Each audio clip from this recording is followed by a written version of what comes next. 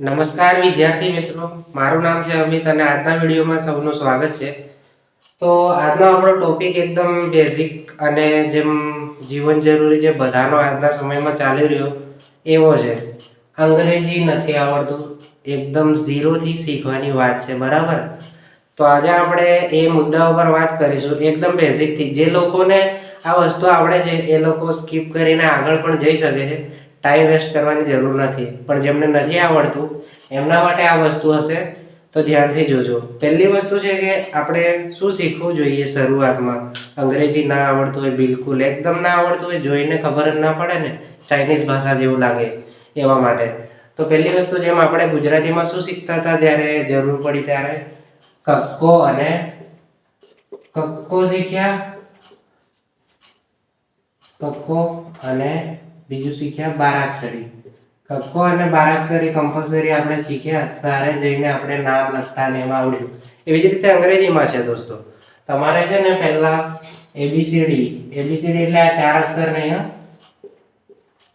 ABCD એટલે એ થી લઈને ઝેડ સુધી, એક્સ વાય ઝેડ, અહીં સુધી તમારે એબીસીડી પાક્કી કરવી પડશે આખી.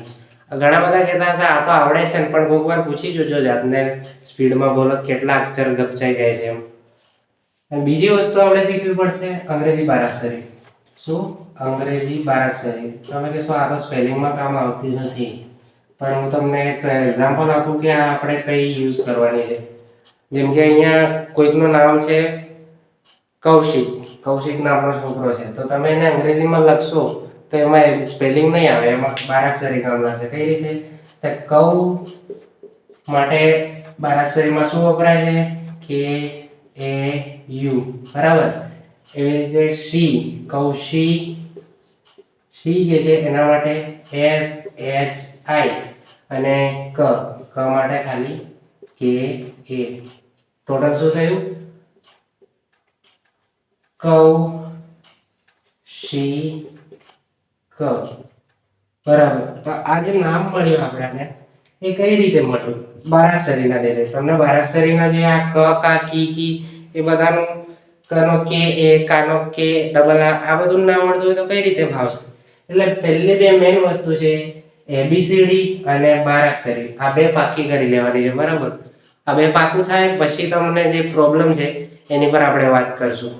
અને હા, એક બીજી વસ્તુ કે જે એબીસીડી છે એમાં ટોટલ 26 અક્ષર છે, એમાંથી 5 આપણા જે છે સ્વર છે, એ ઈ આઈ ઓ યુ.